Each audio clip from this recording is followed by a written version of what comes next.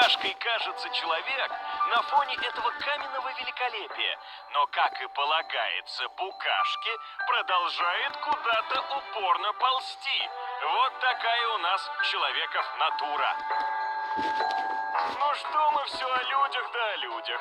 Поговорим о четвероногих делах. Чем занят пес, оставшийся в квартире заглавного? В первую очередь уборкой, ну и борьбой за свободу заключенных. Буквально через пару минут начался острый приступ нестерпимой тоски. Повыл немного и отпустила. Но ненадолго. Чтобы хоть как-то смягчить разлуку, надо пожевать памятные вещи хозяйки. Эх, на кого ж ты меня покинула? Возвращайся скорей, мучительница. Вечеринка вчера неплохо прошла. О, бутылочка игристого осталась. Так давайте хлопнем за здоровье хозяев. Так, если что, я в эту комнату не заходил. Знаете, есть такие книги, которые постоянно хочется перечитывать.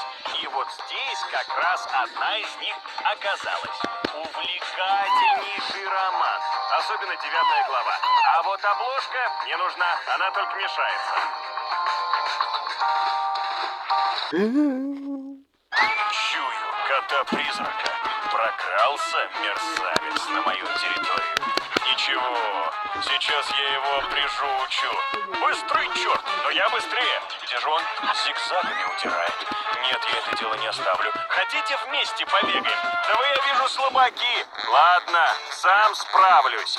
Какое еще весеннее обострение? Да я квартиру от врага спасаю.